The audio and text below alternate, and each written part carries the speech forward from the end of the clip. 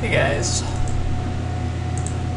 The most exciting thing going on in Constructed right now, I think, until Innistrad is legal and all over the place, is the standard MOCS. MOCS 12 last weekend was standard, and this weekend, I think it's this weekend, is the finals with a... I'm gonna punch, I guess I'm gonna do that. With a, I don't know, I'm sure people get millions of dollars or something for winning. They must, right? So, in between, I thought it would be fun to take a look at the top 8 from MOCS 12, take a look at what the best players with the best decks were doing in the format, and hopefully that will inform people. If you're going to play in the championships, then maybe you can get some good ideas for decks out of this video. If you're interested in watching, then you can, get some ideas of what decks you're going to see in the championships, and maybe enjoy watching a little bit more with a bit of a deeper understanding of the decks that you're seeing. So we're starting the quarterfinals, and I'm just going to show you visually the deck lists before I actually switch to the game. You can see we're on my collection on Moto, and I clearly have not been drafting these sets. I've been out of Magic for a while. Also, I didn't fix the lands, but you guys can deal with those forests.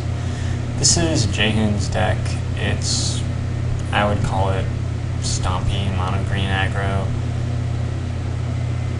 One thing that just looking at it visually does for me is show how important hitting one of these 8 accelerators is, or Nest Invader perhaps, but without hitting one of these, the deck slows down extremely. And that seems to me like probably the biggest source of inconsistency in the deck. The deck itself is fairly simple. We have acceleration in birds, elves, and Nest Invader into big creatures, 4 of Leatherback Baloth. I'm going to open the card window up a bit bigger. I'll also have the lists on my blog along with the video, so if you're watching this on YouTube or something, if you want to check out my blog, I'll have a link to it posted on YouTube. Then, yeah, that way you can mouse over cards and see what they do. Dungrove Elder gets big and his hexproof. Dismember and Beast Within are ways to interact with the other decks, and I think that's all we've got, pretty much. And then Kozilek's Predator, Snip Baloth, and the 2 sort of top-end spells are Garrick. I feel like that's the wrong Garrick. I think it's the 5 custom cost one. Maybe I'm wrong. Maybe the other deck had the 5 custom cost one. Garrick and Overwhelming Stampede. So, Overwhelming Stampede with a Dungrove Elder in play, you really don't have to worry about the risk of them Doomblading your big creature response. And it also has great synergy with Kozilek's Predator and Nest Invader, which you're just going to have small guys hanging out. I wonder, looking at this deck, if it wants maybe 1 or 2 or even 3 or 4 copies of Jiragid Tree Speaker, which is a card I've been playing in Valakut. Tree Speaker is sort of cool because while it won't help you hit a... God, that just took it away. What am I doing? While it won't help you hit a turn 3... Where should my cursor go? A turn 2 Dungrove Elder, or Baloth, or turn 3 Obstinate Baloth. Well, it will get you turn 3 Obstinate Baloth. I take it all back. Anyway, the coolest thing about this card is that it's sort of card advantage. It's 1 card which makes 2 mana, and in a deck where you're trying to ramp to 5, that's sort of saucy. So I feel like you can't have too many mana creatures over forests, because Dungrove Elder is such a big part of the deck, and that gets power and toughness based on the number of forests you have in play. But maybe one place you could look if you're looking to tune this deck up for the tournament you want to play in is the number of these one casting cost accelerants, because they seem like the weak point of the deck. Looking at the sideboard, we have Nature's Claim, sort of an all-purpose spell that you see all over the place. I'm not a huge fan of it. Dismembering Beast Within, so we're really able to ramp up our ability to interact with other decks.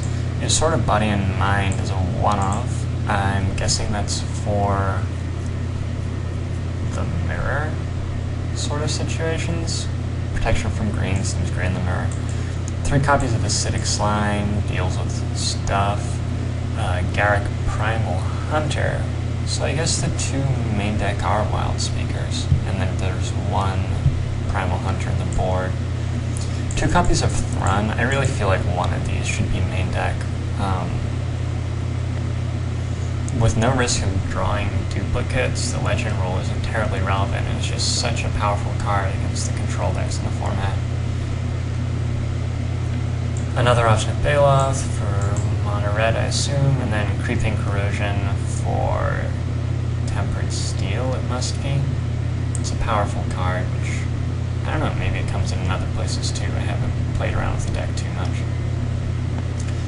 Let's look at the deck he's facing in the quarterfinals, which is a Splinter Twin list.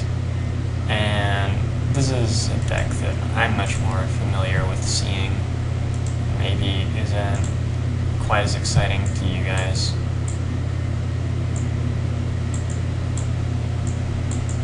Either. I don't know. Maybe Mono Green has been a deck for a while, but I had not really seen it at all in Standard.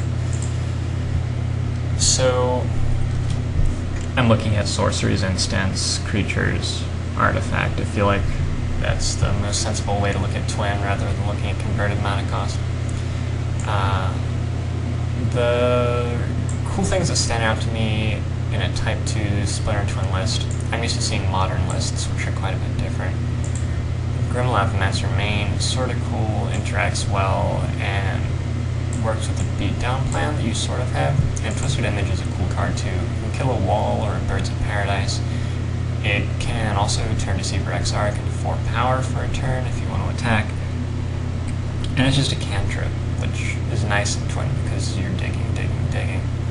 Shrine of Piercing Vision that gets a lot of counters on it with all of these cheap spells and cantrips, and hopefully finds you the missing combo piece when you need it. Ponder and Preordain just auto-includes. As far as interactive, like disruption cards, this list is playing 4 copies to Dispel, 2 Spell Pierce, 2 Mental Misstep, and then 2 copies of Into the Royal in the main deck. In the board, we're able to board into more interactivity depending on which way we want to go. So we have 2 negates, Spell Pierce, another Mental Misstep. I like the idea of having some Mental Misstep main and some on the board because Nature's Claim costs 1. It seems like a card that a ton of people are going to be playing against Twin. Thought that made a lot of sense. Steel Sabotage deals with Torpor Orb, assuming that's the main reason it's in the deck. 1 more Grim Lavamancer for when you really want Grim Lavamancer. Fort Bolt as well for killing creatures. Dragon Master Outcast, I assume this comes in against decks like Blue-White Control or Black Control decks, which could be packing the Moor side. Gives you a second way to win. And Mutagenic Growth is a staple in a Standard Twin list because all the relevant removal for Exarch pretty much deals 5 or reduces 5 toughness, and so this is a free counterspell for that. And even Combust, which is sort of the go-to, I guess the obvious go-to, can't be countered, deals 5 damage to a blue creature, that is 4 toughness. Well, Mutagenic Growth is a sensible answer to that. So, those are the decks. I'm gonna pause for a second and then head into round 1.